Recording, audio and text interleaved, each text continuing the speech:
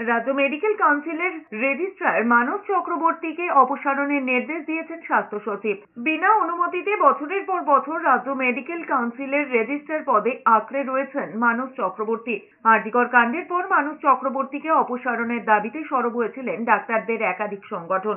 এরপরেই মানস চক্রবর্তীকে অপসারণ করতে রাজ্য মেডিকেল কাউন্সিলের চেয়ারম্যান সুদীপ্ত রায়কে চিঠি দিয়েছেন স্বাস্থ্য সচিব নারায়ণ স্বরূপ নিগম।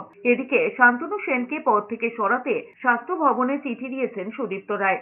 রাজ্য মেডিকেল কাউন্সিল মনোনীত সদস্য শান্তনু সেন। কারণ না দেখিয়েই রাজ্য মেডিকেল কাউন্সিলের শেষ 3টি বৈঠকে গড় হাজির ছিলেন শান্তনু সেন। শান্তনু সেন ছাড়াও নির্মল মাঝি, সৌরভ পালের নামও উল্লেখ রয়েছে চিঠিতে।